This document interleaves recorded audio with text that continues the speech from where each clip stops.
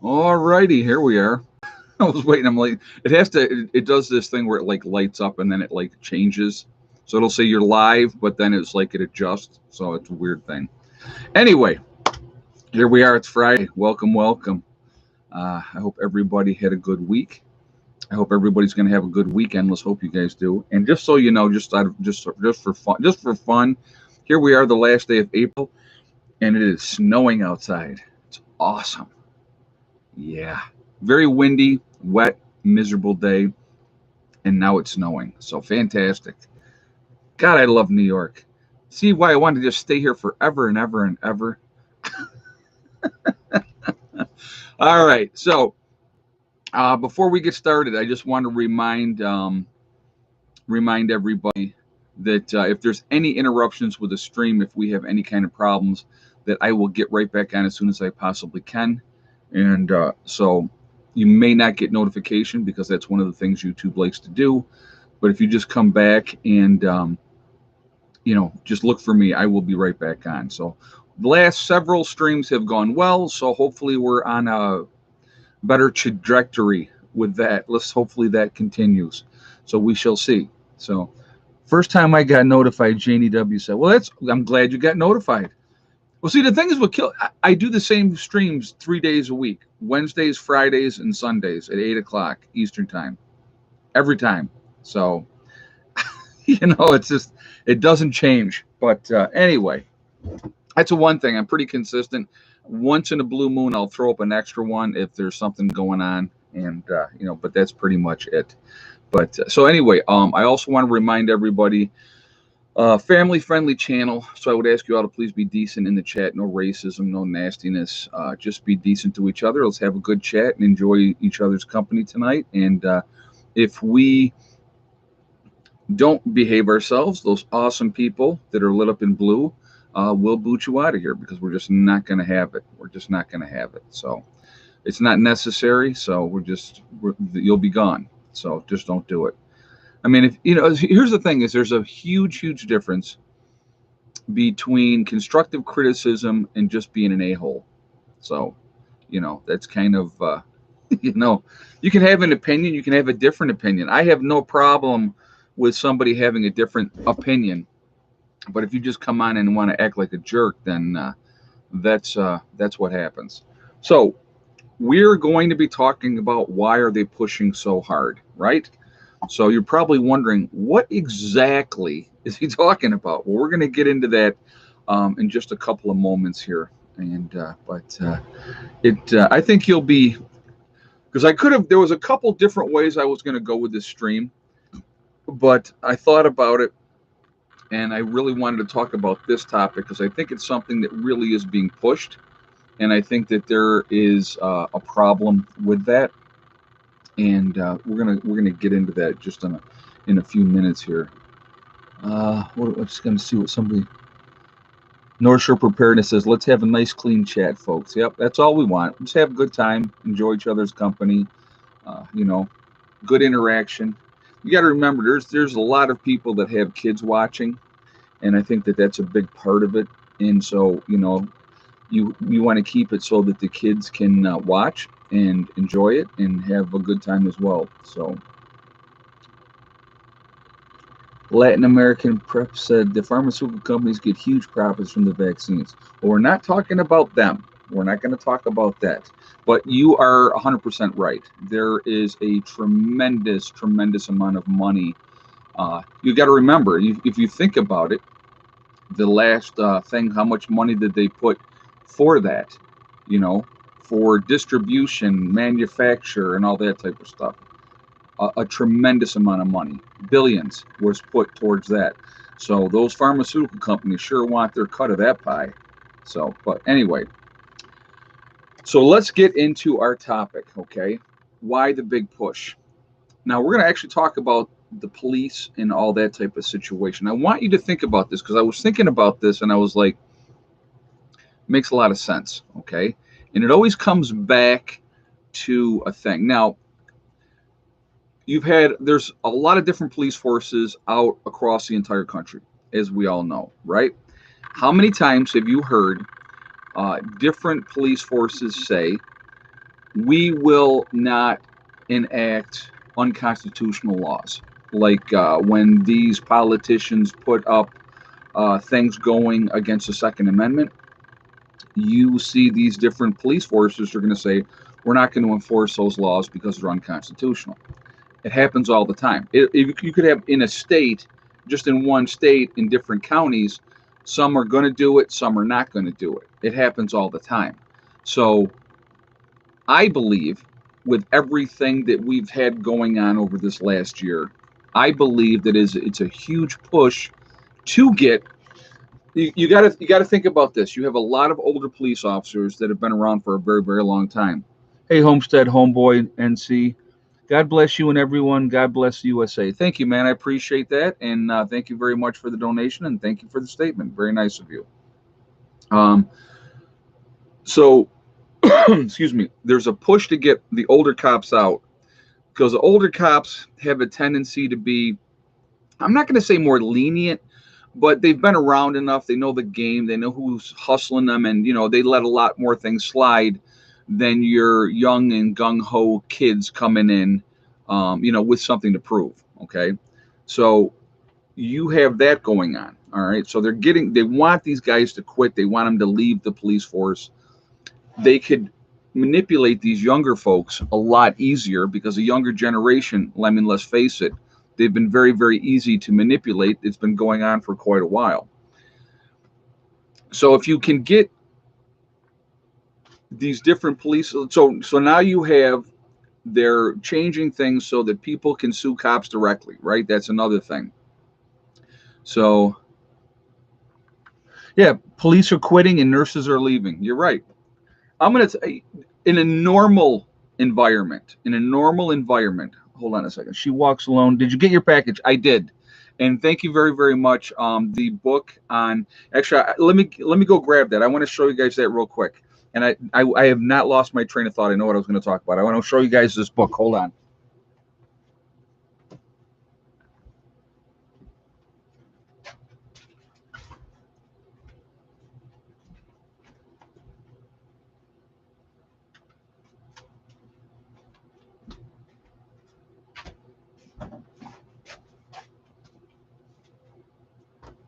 Watch out, Andy. All right. So anybody that watches the channel knows I love the Norse mythology. Hela is named after a goddess in the Norse mythology. So anybody that watches knows. So this is what she sent me. Okay, it's Norse mythology. Very, very cool. I appreciate that. That is absolutely awesome. She also sent me a Mother Earth News magazine as well. So thank you very much. I do appreciate that. It's very thoughtful of you. And thank you for thinking of me. So I want to get back to what I was saying here. Talking about nurses. In a normal environment, the burnout rate in nursing is tremendously high. There's so much heaped on, so much garbage and nonsense put on nurses constantly. You have nurses that they get burnt out. They're done. And that's in a normal environment. What's been going on for a little over a year now, it's a lot more stressful, a lot more put on nurses. And they're quitting. They've had enough. So, but there's a push for strong cities network, which means no local police for you, only UN thugs to enforce. I find that unacceptable. That's M. Hammer. So we're gonna get back into talking about this. So first of all, you're getting all these cops to quit. Okay. Then you're putting it in a situation where the cops can be sued directly, right? So if cops do something, they can be sued for whatever. So like if you get your feelings hurt because a cop talked to you sternly, now you can sue that cop, which is absolutely ridiculous. Okay, so there's no protection anymore for the police from that aspect of it. And I'm going to tell you what, there are some very legitimate claims out there. Don't get me wrong. I'm not trying to diminish what some people are going through, but a lot of people are going to do fraudulent suits all the time. She walks alone. Did you find the check in the package for the gas for the bike? Yes, I did. I did, and thank you for that as well. It was very, very nice of you. I appreciate that as well. So thank you. Wasn't going to mention that, but Yes, thank you. I did get that, and that will definitely go in the bike, and we will definitely do some. Me and Heather will do some nice riding with that. So thank you again. Um, so you're having a lot of pressure put on the police. So you're getting these guys are going to quit. What I think that the game plan, the ultimate game plan, and there's a reason for it, and we'll get into that whole reason in a moment. So they're going to try to get these police departments to dissolve them, defund the police. Cops will be like, I've had enough. I'm out of here. They're already doing it. They're already leaving in droves. So when you have that type of thing happening, what'll end up happening is they may at some point, and this is what I think they're going to try to have happen, federalize the police force. So have it all under one jurisdiction, under one boss, if you will. Because why? Because right now you have all these different agencies all over the country. Every county has their sheriffs, and they have their local cops or whatever the fact in those areas. Like you may have your town cops, and then you have your county cops, which would be your sheriffs and stuff like that, and then you have your state police, right? A lot of different agencies, all in the same state. But you're going to see a lot of times, a lot of the older cops are going to be like, no, we're not going to enforce those unconstitutional gun laws. Imagine that, right? That would be the thing. But if they can federalize it and put it all under one blanket, and then they're all being told what to do by one entity, and it's all a lot of younger people that are going to toe the line and do as they're told, it's a lot easier to control those people. And then you're not going to have individual counties where the sheriff of that county says, yeah, we're not going to do that, because they wouldn't even be there anymore. So I think there is an agenda to get that switched on purpose, because right now, believe it or not, for the most of us, and I think most people do realize this, cops are really on our side for the most part. And don't get me wrong, there's plenty of them out there doing revenue collection, especially town cops do it a lot, and your state police do it a lot. If the more arrests they make, the more tickets they write. I know I've shared this story with you before.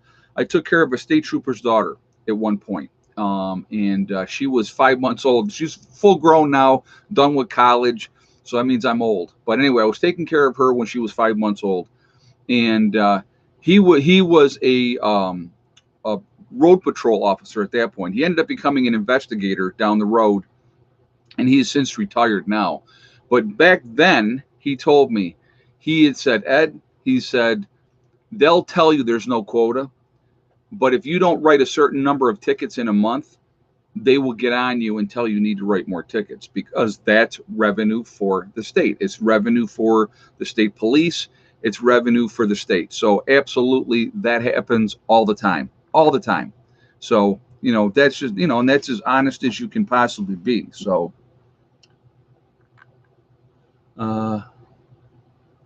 honey badgers in the house tonight, or honey badgers, it said. Are you talking about honey badger or honey badgers? I haven't talked to honey badger in quite a while. I don't know how she's doing. I hope she's doing well. Um, you know, Driving truck over the road is absolutely no fun. That is absolutely no fun.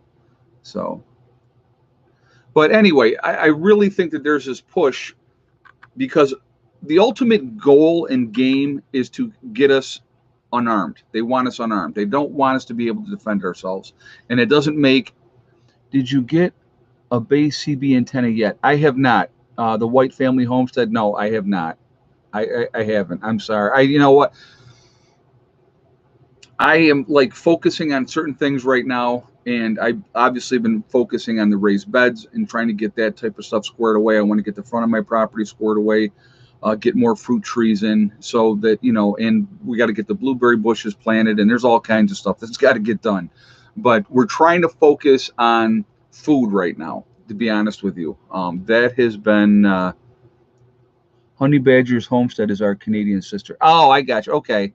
I thought you were talking about Honey Badger. So no problem. No problem. But it sucks driving truck. I'm sure. I mean, you want to talk about a thankless job, and you spend so many hours behind the wheel, and just unbelievable stuff going on with that. And it's just, and then you're never home. You don't see your families. People that drive truck are on the road all the time. especially over the road long haul drivers. If you're doing a local thing where you go home every night, that's one thing if you're driving locally. But if you're driving coast to coast, I mean, you can be gone 2, 3 weeks at a time and then get 1 or 2 days where you're actually home. So yeah, it's not a whole lot of fun. So Ed's right about the tickets. I heard the chief of police screaming at the cops in a back room here in Superior, Wisconsin. Tickets. I want more tickets. Yeah. And that's what it always comes down to. It's about the revenue. So a lot of it is that. Don't get me wrong. But it amazes me as soon as, people will say, oh, I hate the police and this and that and the whole thing. But as soon as something happens, they're screaming for the police to be there to protect them, which is just absolutely amazing to me as well. If you hate them so much, why do you want them to protect you?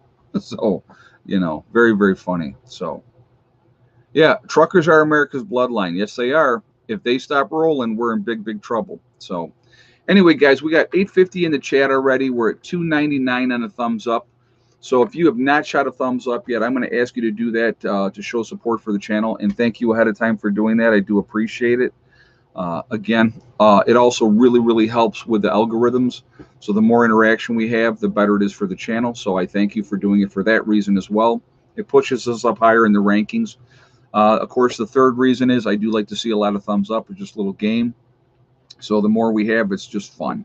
So I thank you for that reason as well. And of course, if you are not subscribed to the channel, I would ask you to please subscribe.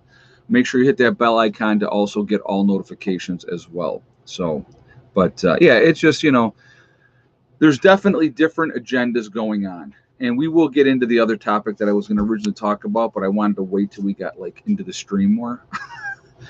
Algorithms follow everything, and they're looking for keywords and stuff like that. So if you get into your stream or you get into your video and you're talking about something that they don't want you to talk about very early in those streams or videos, that's when they're going after you. So, it's just figuring out the game and trying to play it so that you can say what you want to say, get your point across. And again, a lot of times what I think that, when I'm giving my opinion, doesn't necessarily mean I'm 100% right. It's just my opinion. So, it's people just, so a great example, and we'll get into, so I was talking in one of the streams, and I talked about that in the last stream about the appendicitis, having your appendix. What are you doing? Leave stuff alone. Leave it alone. Hella. Always into. No, don't even. Be a good girl. Yeah, you were just outside, so don't even start. I know. Okay, so you got to see. She did clean up. If anybody saw the pictures that I posted of her the other day, she had gone out and she just got playing in the mud the day that we had the all-day rain. She went crazy. Absolutely. Her whole face was black. Her whole underbody was completely black. And I walked out there and I was like, what did you do? Oh, too funny though. Yeah, she was having fun. So, but anyway, so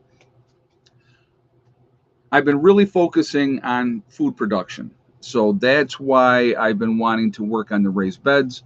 That's why I wanted to get those apple trees pruned this year. Getting things where we're getting good production out of everything. So we get a lot more self-sufficiency of what we're growing. We plan on doing a lot more canning this year. How much is gas in New York? Gas is $2.89. It's I was just down in town the other day and it was $2.89. So yeah, it's gone up quite a bit, but that's not a surprise. That's not a surprise at all.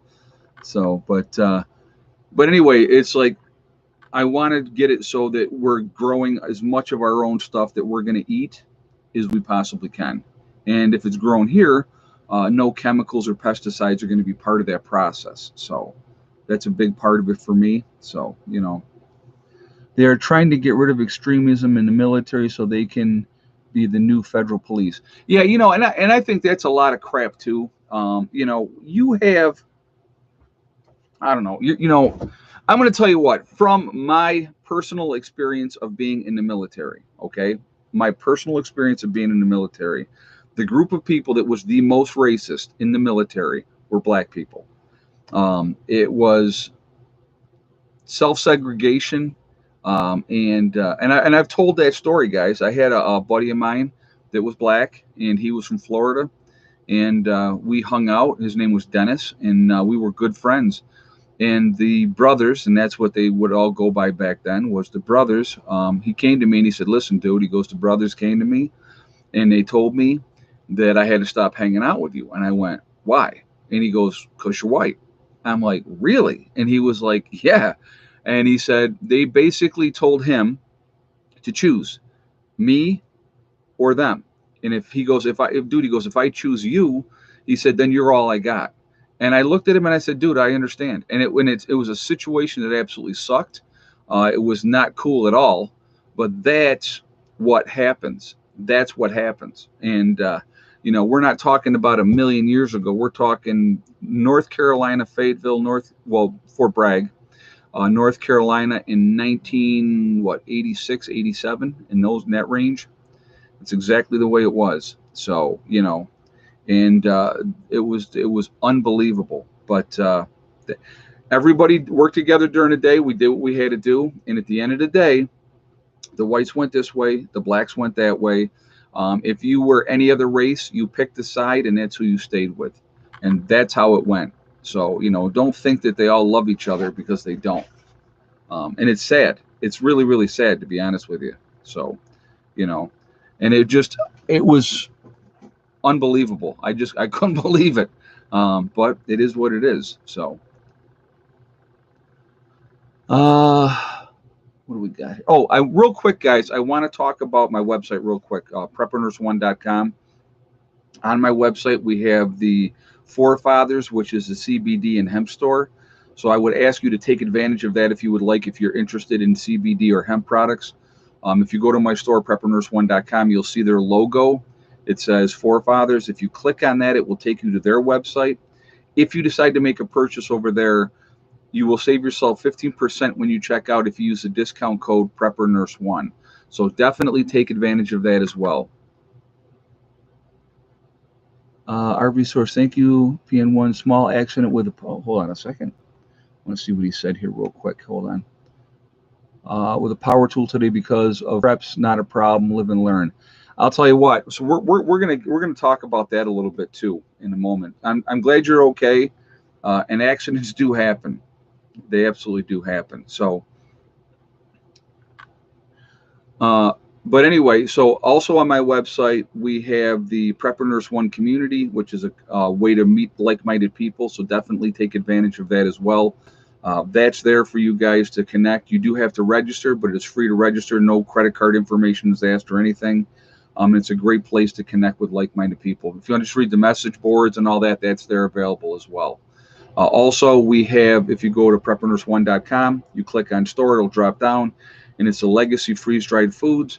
What we have available is there, and actually they're pretty much caught up on things again. They actually got the combo buckets back as well, which they hadn't had those in forever. But but if you're interested in any of the legacy freeze-dried food, which is a 25-year shelf life, it is the largest portion size of any of the other freeze-dried food companies. GMO free. It is also vegan, and there is gluten-free options. But you can buy beef or chicken separately if you're interested. So just putting that out there as well. All right. So got that out of the way. Because I forgot in the last stream, I forgot to mention the website. I don't always think about it. So, but I know it's, what kind of businessman are you? You're horrible. It's going to do what it's going to do. That's why I always looked at it. So, but anyway, so let's talk about accidents and, minor things happening, which are minor right now. We talked a little bit about natural disasters happening in the last stream, about natural disasters are going to continue to happen. They're not going to stop happening. They're always going to continue going on and happening. Well, what's going to happen is in a post-event, those storms and flooding and everything that's still going to happen, but nobody's coming to rescue you at that point unless it's locally, and if you're lucky. But there's not going to be any big concerted effort to go and help communities and do that in a post event, because there's just, first of all, there's going to be no way of knowing what's going on, like we do now, because that communication would not even be there, number one. And number two, accidents are going to happen. People are going to still twist ankles, they're going to sprain knees, they're going to put their knee out, they're going to get their they're going to break their collarbones, they're going to break arms, they're going to break, legs. All these things are going to continue to happen.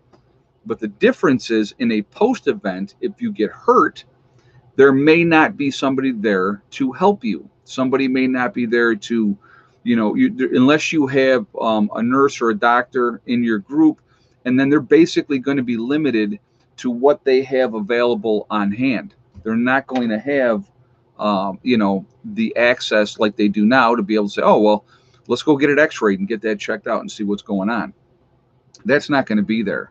So you're going to be doing a lot of, procedures basically based on feel, what you think, educated guess and stuff like that. And you think about anybody that has any long-lasting things that now, of course, is manageable with any kind of medication that we have. In a post-event, that's not going to be there. That's not going to happen anymore. And it's something that people really do need to think about, and they need to try to plan ahead for that and to be ready for that. All right, so that's another thing of it. You just got to be ready. You just have to be as ready as you possibly can be. Yes, ham radios coming in. Ham radios are a good thing to have because you can get that long-term information. Did you guys hear about Marfugal news and meteorites and the government using them to blow things up? I had not heard that. I did not hear that. That's interesting, though. I'll tell you what, and I want you to think about this. If there was something major event was going to happen and the government knew about it. If anybody watched the movie 2021, Woody Harrelson, I'm trying to think who else was in that movie. But there was a lot of John Cusack, I think, was in there. And it was a really interesting movie. They knew the planet was going to do what it was going to do. There was going to be, this major event. But what happened was they didn't tell the regular public, and they never would. So if there is something coming, be a meteor or, because you got to figure what ended the dinosaurs. A meteor strike ended the dinosaurs. That can and will happen again. Or 2012. Okay, I'm sorry, guys. Yeah, 2012. But that was a good movie. Yeah, they built the arcs, the 3 different arcs. And if the rich people that invested the money in it got a spot on there. So isn't that nice? But anyway, with those type of things, they're not going to tell you ahead of time. They're never going to let you know. They're going to take care of themselves, and they're going to select certain people. You got to think about this. I mean, what they would do realistically in a major end of the world as we know it event. Who gets saved? And you think about this, and it's realistically what they would have to do. You would want to have the most healthy people to repopulate the planet afterwards, whatever the event was going to be. Whoever was going to be protected and saved, you'd want the most healthy, and you're going to want the most brilliant minds. So the people that are, your scientists, your engineers that really are beyond smart, those are the people that would be saved. Us, average Joe citizen, no, we would be screwed. And that's a reality. That is absolutely a reality. So, Hey, Angela Rawland, I'm sorry. Hi from Lynchburg, Virginia. I'm glad I was raised in the countryside. I'm going to tell you what. Yeah, that's a great point. And you know what? With being in, no older people at all. No, I'm definitely out because there would definitely be an age limit. Somebody like me, they would absolutely not take me. They have a choice between me and the 25-year-old nurse that is young, that can, have children and stuff like that. Boom, that's who they're going to do. They're going to take the younger person. No, I would absolutely be out. So, and that's okay. I've had a good life. I can't complain. So, but anyway, um excuse me. Growing up in the country, it's a different mindset. You learn more, where city folks just don't have that. They don't have that. I grew up on a farm when I was young, and I've talked about that. We had a 72-acre farm, and I was baling hay and doing all those good stuff, out hunting pheasant and doing all that stuff. It was fun. It was really enjoyable, but you learn a lot. And then I lived with my grandparents for a while, and then we moved around, and then I became an adult, and I've lived in the cities. I lived in Rochester, and I lived in Rochester for years. And at some point, I just was like, man, I don't want to be here anymore. It was too much. I wanted that peace. I wanted that quiet. So, got married.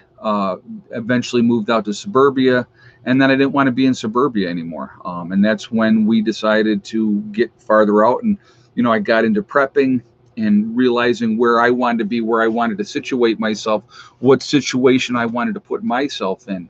And with everything that we've done here at the homestead, it's about long sustainability. Because I know I've talked about this, and I have a tendency to repeat myself, but I really do think it's important.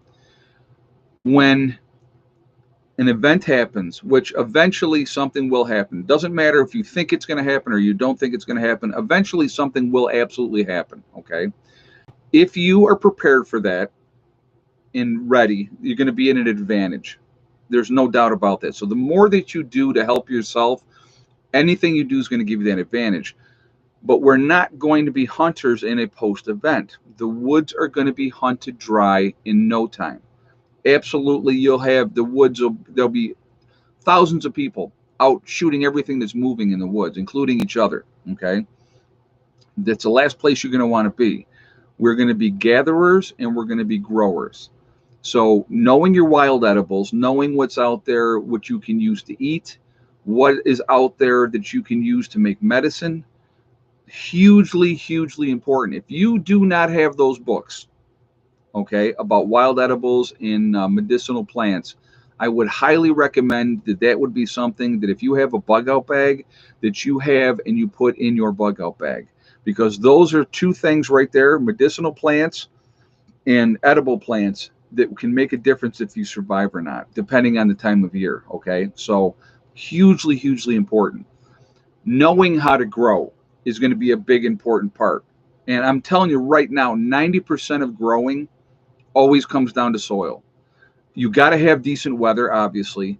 But if you have crappy soil, stuff is not going to grow in it. So knowing how to compost things and get things composted, to use that for your soil. Like I have the right now, I when we cleaned out the chicken coop, I have that set over to the side and it's sitting there. It'll sit there till next year. And next year I will take that composted chicken manure and stuff, and that'll go into the gardens, because it's got to have time for that acidity and all that type of stuff to get out of there. But then it's going to be really, really good for our gardens. And so we'll utilize that next year. So those are things that you got to think about too. And then having a composting bin, or like the barrels. You can use a barrel and you throw your scraps in there. You start out with putting some dirt in there, you put some worms in there, and any kind of scraps, or and twigs and all that type of stuff you can put in there, and rotate that barrel every day.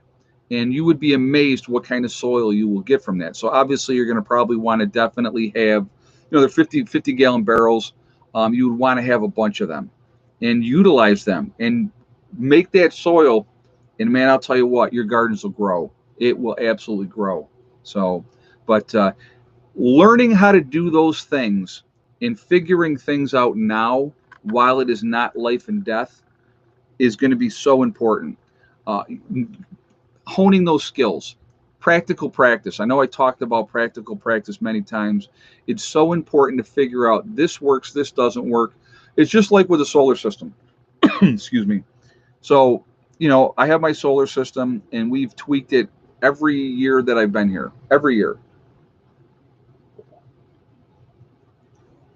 This is probably going to be the first year that I haven't put more money into my solar system. I'll be honest with you. I got it dialed in pretty good. It's working very, very well now. So, that's helpful. The only thing that I can see doing down the road is upgrading the solar panels. That would be probably my next thing. Yes. How also how to collect seeds to save. Yes, that's a good thing too. Knowing how to save seeds, put them away, and get them, so that you have them to use. So, but yeah, it's just. I hope I missed that. I don't know what somebody was saying. But again, if you can have your family involved with gardening, get those grandkids, get them out there, teach them. That's like, you get that interest. If you get them interested in how to do it, and then like what? Okay, here's a great example. So my niece used to say to me, when my stepfather, her Grandpa Larry, when Grandpa Larry would do his garden, every year they would wait for the first tomato. And when the first tomato grew, they would sit down together and eat the first tomato. She remembers that to this day. So that's something that was ingrained in her. Something that was like, that the freshness of that homegrown produce.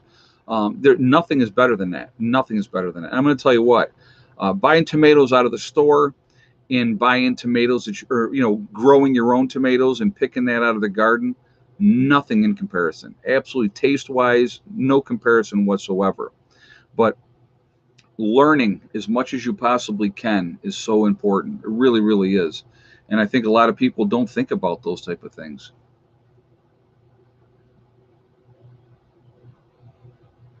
Other talks, people are talking about the I am right now 80% off grid thanks to you, and still building. Thanks. It's Big Bear Preps. That's awesome, man. That's great to hear. Uh, Again, the more that you do for yourself, the more prepared you are. It puts you in such a better position. It is unbelievable. Unbelievable. Ed, are your batteries lithium, and how many? Yes, my batteries are lithium ion that I'm using now, and I have 8 of them. 24-volt batteries. They are not cheap in any way, shape, or form, but they're really, really efficient. They if the sun is out, they really charge fast. I mean, they really do. Unbelievable how fast they charge, and it's awesome. It is big different from lead acid. I will tell you that too. A huge difference. Lead acid takes a lot longer to charge those batteries. With the lithium ion, it's much faster. Ed, will the grand solar minimum affect your batteries? It would really depend on the weather and how much sunshine we're getting or not getting. I'm going to tell you what, I absolutely believe we're in the midst of the grand solar minimum. That has definitely started. The weather's changing. That we're in a period where the sun is less active, so you're seeing more volcanic activity, more earthquakes happening, and those type of events are happening. You're not seeing, you're not seeing as much activity on the sun, and so the planet is actually, even though they've changed the title now, so now it's climate change instead of global warming. The planet is actually not heating up. It's not, and so those things. Now, let's talk about this for a second. This is what is amazing to me, that there's not more of an uproar. There's actually an uproar from China about this. Hey, Pamela Sherry. Ed, what brand or make of your octagon greenhouse? Okay, I got my greenhouse from a certain company, and I will not recommend that company. I'm going to be 100% honest with you, because when I got my greenhouse, he told me that he had given me enough plastic to do the outside and the inside of that greenhouse. Obviously, that was not true. Okay, there was no instructions.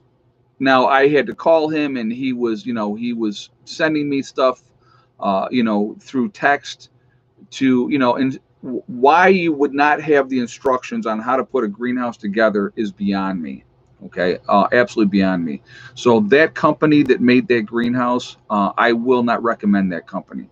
That's just my own personal reason. If they had been more diligent and on things, I absolutely would have, and I'd have been talking about it all the time, but they just were not. They weren't, and so that's why I won't. But I just saw, yes, Sean James just did the octagon greenhouse as well. I saw that. His is smaller though. My greenhouse is bigger. I was watching it. I was actually watching that today. Love that guy's channel. I'm telling you. But he had some help there, which was very, very cool. But does the solar minimum affect vegetable plants? Oh, of course. Your growing season is going to be different. You got to understand, we've got a couple things going on right now with our planet. Okay, we are having a pole shift, which is 100% proven to be happening. So it's not like I'm, making up or doing some conspiracy theory nonsense. I absolutely will not do that. So we have a pole shift going on.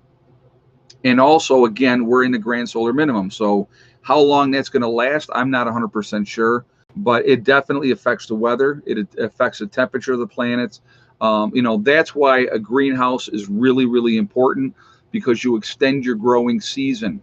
So if you can extend your growing season, it's going to really help you out. And then if you have really bad weather outside, inside the greenhouse is still going to be decent. And that weather hopefully is not going to. Am I going to put up grow lights for the winter? I absolutely do have grow lights already. I got them at a garage sale, believe it or not. And yeah, I will be doing that as well. I do plan on trying to grow things through the winter. I plan on putting in some cold frames in the greenhouse. There's stuff that's got to be done with the greenhouse yet too. The outside, I still have to work on that. I want to put the stripping on the outside, but that's all got to be stained, and there's plenty. Grand solar minimum approximately 20 to 50 years in length. From what I read, how long it will last. Okay, well, if you think about that, until 2050, okay, there's a lot of extreme weather that can happen between then and now. That's a lot of weather. So, and again, I always hate when they perpetuate the whole climate change stuff, because the planet goes through cycles. Like, if you look at the history, when they do the ice cores, you've had periods where the planet was warmer, you've had periods where the planet was colder. Now, do we pollute the crap out of this planet? Absolutely, yes, we do. Horribly, horribly so.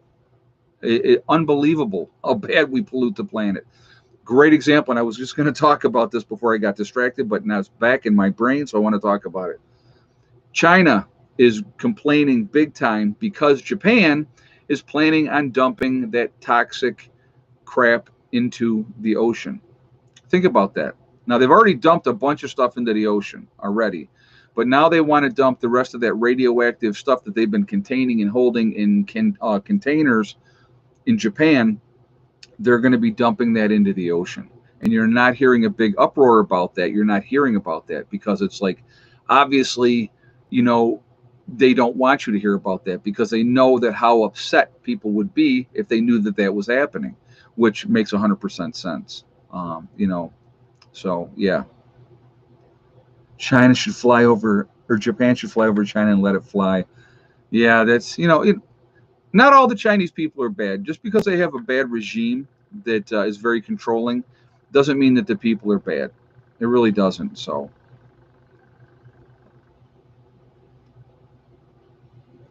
and I love your prepping ways. Really, how can we do what you do? Thanks. You know what? To be honest with you, it's just when I talk about STD, step thing and day, it's just methodically working towards that, getting that to happen. When I bought my property, okay, I put so much money down, and I did a private mortgage with the owner of the land, and I did a 3-year mortgage with them. Actually, that ended up getting paid off sooner, and I talked about that before. But that's how I got started, and we bought the property. And then it's just a matter of, you know, getting your infrastructure in place, getting that, like getting the driveway in, and getting our first camper that we had here. We had the 37-foot camper, getting that on site, and just being as ready as we possibly could be, so that when we moved down here, we had some place to stay, that we could actually live and survive, in the short term, while we got other things ready. And anything that you guys have seen here, none of it happened overnight. None of it happened overnight. It all took time. and it was a lot of hard work and effort and a lot of money. But again, if you see, unfortunately, we live in a society today of instant gratification. Everybody wants it yesterday. They don't want to have to wait for it. They don't want to have to, go without or anything like that. When I moved down here, I knew it was not going to be easy at first. And I was very honest with my kids about that as well. And I said to them, right. And I like when we first moved down here, I said, the first 2 weeks are going to suck. I go, but it'll get better. And if you trust me, give me time, things will get better. And they did, and that's what it was really all about. It's working at it methodically and over time, getting those little victories. When we went without running water for a year and a half, I had the well. I just had no way to really access it and get it to be able to use it for that first year and a half. So we humped in water all the time. We did a lot of showers where we literally had a canister and you poured, you heated up the water in the microwave. That's what we did. Heat it up in the microwave and, fill the thing up and then go into the shower stall in the camper, pour it on, wash your hair, shave your head, whatever you're doing, and soap up and then rinse yourself off. We did that. So, you do what you have to, but we live in a society that doesn't want to go those sacrifices. I looked at it, every victory that we had. It was like, I'm going to tell you what, when I was finally able to take a hot shower in my house for the first time, it was like the biggest victory, and you appreciate it so much more. And I started out with again, I started out with like the Camp Chef hot water on demand units that they use for camping. Um, and then I eventually went and bought the one that I have now, which is a hot water on demand unit. I went and bought that at Lowe's. So again, it's just working at things, making things better, making your life easier, and it's priorities realistically. When you let's say you bought a piece of property, you start out with a camper or whatever you're going to start out with. You have to prioritize. And what you really need to remember when you're looking to do that prioritization, family input. Okay. Sit down with your kids, sit down with the wife, and say, what's the most important thing that we need right now? And I'm going to tell you right now, for kids, it's very, very simple for them. They want more power. And that was the biggest thing for my kids. They wanted more power. So that after we got through our first winter, and we got into the spring, that's what we did. We got into taking care of our power, getting that squared away. And I talked about Bill and Rosa off grid. I don't think he's making any videos anymore, but he was really very, very helpful. Really nice guy. Um, Told me, he said, copy my system. And I did at that time. And that's how we got started. And you, like I said, you figure it out. You figure what works and what doesn't work. If you get livestock, get donkeys. They stop coyotes. Coyotes steer clear. No, I would definitely. If I end up getting goats, I'll probably get a donkey as well, because a donkey is going to be very, very protective of the goats. And you're right about that. And we do have coyotes up here. You'll hear them off in the woods sometimes at night. We're already 48 minutes into the stream, so let's do this really quickly. Okay, we're going to do the egg count here in a moment, but before we do that, we got almost 1,100 people in the chat. We're at 587 on a thumbs up. So I'm going to ask again, um, if you haven't shot a thumbs up yet, please do so to show support for the channel. And thank you ahead of time for that. I do appreciate it. Also, again, it really does help with the algorithms. So the more interaction we have, positive or negative, and obviously we prefer positive with the thumbs up, it really helps with the algorithm. So the more interaction we have, it's better for the channel. So I thank you for that reason as well. Also, of course, the third reason is I like to see a lot of thumbs up, being honest, right? Also, if you are not subscribed to the channel, I would ask you to please subscribe. Make sure you hit that bell icon to get all notifications as well. And thank you for doing that ahead of time. All right, so egg count. Now, let me just tell you, I don't think I gave you the total count for yesterday. Yesterday, we ended up with 10 eggs yesterday. Okay, so, and I'll give you guys a minute to get your guesses in, and then I will tell you what today's egg count was.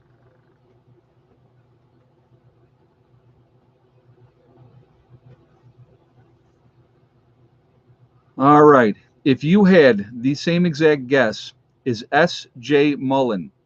The same exact guess as S.J. Mullen with 8 eggs. That's where we were at today. 80K Man has been on it too. I think it's like the third one in a row that he's gotten right, because he also had 8 eggs. I saw that, but she was the first one that I saw that had the right guess. But yeah, they again, today was cold, and no, Thick Neck did not lay today, but she did lay yesterday. So, but yeah, it's yeah, winner chicken dinner.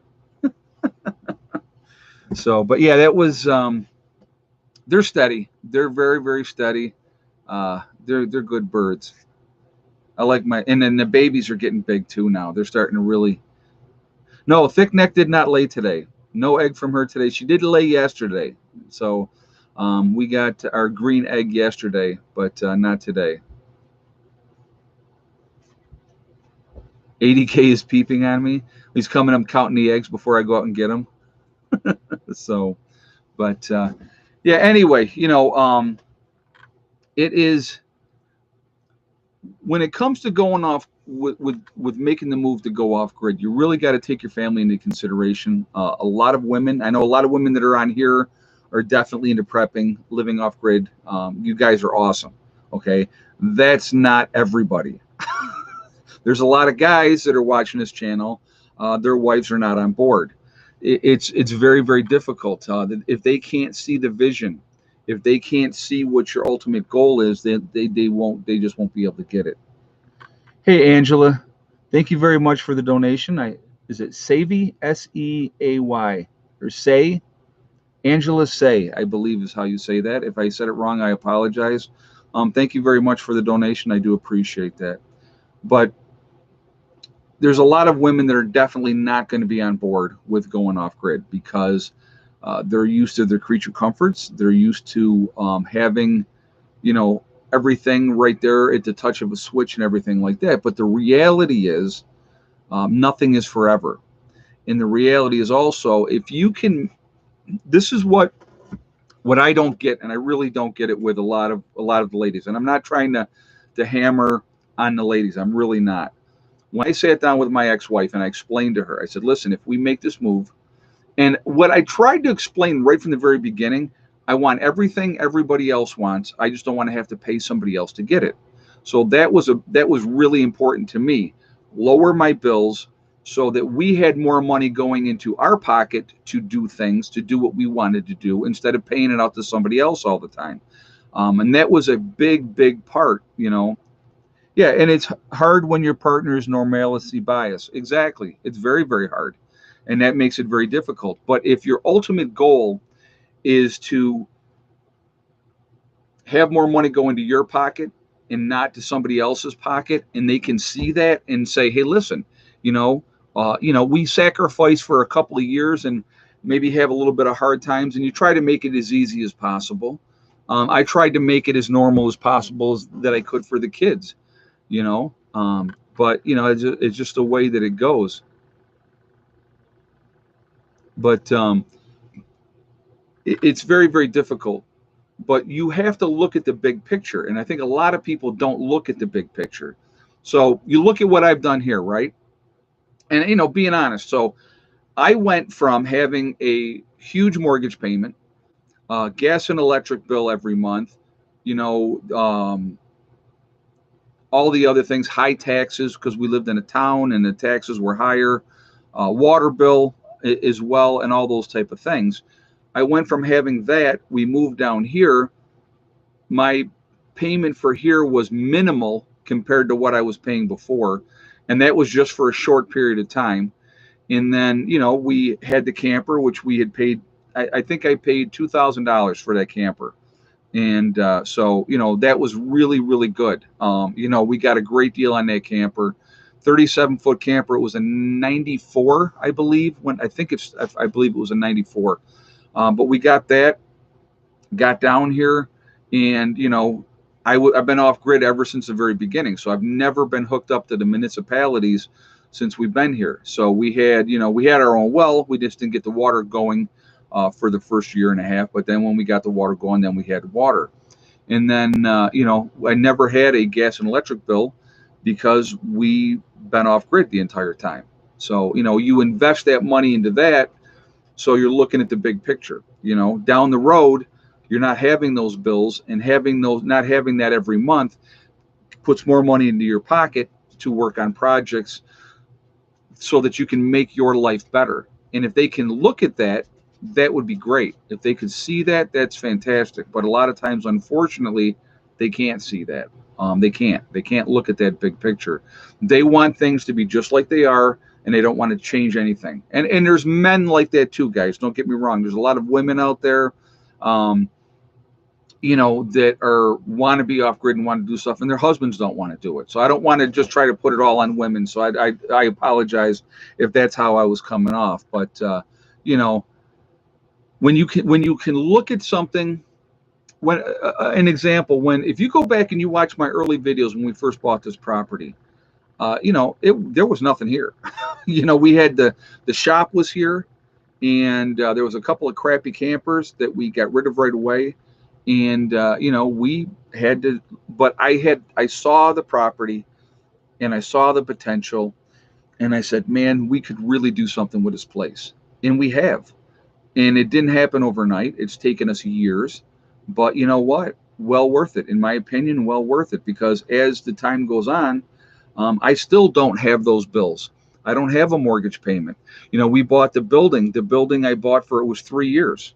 After the 3 years, it was mine, free and clear. So again, there's a big difference between 3 years and 30 years. So, you have to look at it like that too. Culinary Growers Organic LLC. Mom's beer money. Awesome. Thank you very much. Thank you very much for the donation, and I'll make sure she'll drink more than that.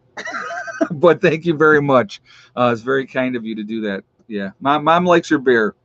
She likes to sit down in the evening and sit around the fire once we get warmer weather, and she likes to have a cold one. And I got her. She likes the blues now. She likes the Labatt's blues. So when I had Heineken, she's like, I don't like the Heinekens. She goes, give me one of those blues. So yeah, she's pretty funny. But we have a good time. We have a good time. So. Alaska Preppers here. Hey, brother, how you doing tonight? So since Alaska Preppers here, we're going to do our quick shout outs for all of our fellow YouTubers. So obviously Alaska Prepper, since he's right here in the house, we'll definitely go over and show him some support on his channel. Also, guys, we have Sean James. I already talked about him earlier. He just put up a geodesic dome greenhouse as well, but his is smaller than mine. Mine's bigger. Not in any kind of competition, but yeah, I saw he was doing that today. It was very, very cool. So definitely go up there, show him some support. My other buddy, Icky Can, up in Canada, he just got baby chicks, and he got a whole bunch of them, whole bunch of chicks. I don't know how many he got, but he got a bunch of chickens up there, a lot of babies. And he's already got chickens, so he just added more. Definitely show him some support up there, and it's ICKYCAN. So really good guy, really good channel, so definitely show him some support. Angry Prepper, you guys know I love the Angry Prepper down in New York City. We have Magic Prepper out in North Dakota. We have Marfugal News out on the West Coast. He's out in Seattle. Definitely show him some love as well. Doug and Stacy, give them some love as well. Show them some support. Southern Prepper 1 is another good channel. Let's see, who am I? I'm probably missing a bunch of people, to be honest with you, and I can't think of it off the top of my head. Oh yeah, Busy Rizajitsu, and I still know I talked to him, actually texted him that one day. I'm gonna have to give him a call again. Prepper Nation, Pinball, yep. Green Greg's is another one as well, another good channel. I already said Magic Prepper. I already said that, Sherry. So, but yeah, there's a lot of great Boss of the Swamp. I like Boss of the Swamp too. Yep. A lot of good channels out there, a lot of good information. I think it's important to look at different channels, look at different information, see what they have to offer, and definitely, do that. Bjorn Hansen, yep, he's another good channel. So, but again, Alaska Prepper, we already said that, right? I did say that one. Canadian Prepper, Ice Age Farmer, yep. Skinny Medic, I really haven't watched him, so I really can't give you an opinion on him one way or the other, so I'm sorry. Alaska Granny, there's another channel, yep. So there's a lot of channels. I think it's important to look at different channels, look at different information. Everybody's got a different viewpoint on things, which is okay. It doesn't make it right or wrong. It's just a different way of looking at things. And if you can pick up information that you can use to help yourself, I think that's really, really important. Again, you know, the more things that you can do for yourself, hands on, it's going to put you in a better position. Getting all the gear, buying all kinds of gear, and then putting it in the closet is doing you absolutely no good. It's helpful that you have the gear. Oh, yeah, Prepper Princess is another channel. Yep, yep.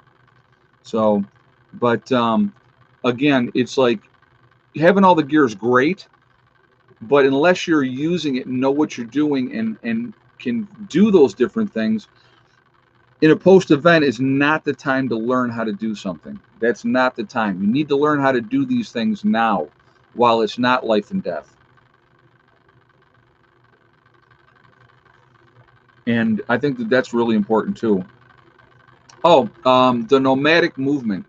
They're down in, I think they're down in Honduras, I believe. No, Panama. I'm sorry, they're in Panama. They have a really nice channel too, and they're working on having a thing. And she's pregnant now, and she's going to have a child, which is awesome. So, but yeah, got 80K Man there. He's got his channel. He goes, my channel is about adventures in the Adirondacks, but my gear part is part of my preps. Yeah, and going over that type of stuff, that's good information. Again, the more information, the more knowledge we can gather, it gives us a better advantage, and that's what I think is important. It's really important. So it's just keep working at things. Learn as much as you can. Knowledge is power. Remember that knowledge is a really, really powerful tool. So and again, just like I said, get out there, keep prepping, add to your preps. you know Water is the number one prep. Always water is going to be the number one prep, because without fresh water you're dead in 3 days. Okay, if you drink tainted water, dying of dysentery is definitely not the way to go. Do we need to put worms in the raised beds? It's not a bad thing to do. No, not at all, because they're gonna, worms are gonna be in that dirt anyway. Like that soil that I have, there was worms in that soil already, and they are, that's great to have in your soil, work in that soil and stuff like that. So yeah, if you having worms and stuff is a really good thing as well. That is never a bad thing. So I did not call the American Legion yet. I did not, Firefly. Let's see, tomorrow's Saturday. They're probably going to be open. They'll be open on. I'll try to get over there. I'm going to get that taken care of. I will definitely see what we can do about that. Corporal Corners, yes, I've watched him. He does a lot of camping stuff and a lot of really, really good information. For being in the wood. Oppenheimer Ranch Project is another one that I was thinking about. Really like his channel as well. Really good information. Again, any information, like I said, guys, that we can take advantage of, listen to. Again, be careful about don't listen to every piece of information and say everything is 100% accurate, because it's probably not going to be. There's a tremendous amount of disinformation out there. But with getting yourself ready, putting yourself in advantage, when 95% of the people in this country are not prepared for a 2-week disaster, if you put yourself in a position where you have at least a 2-week supply of food and water, it puts you head and shoulders above everybody else. So I don't understand why anybody wouldn't do that to help themselves, to put yourself in that advantage.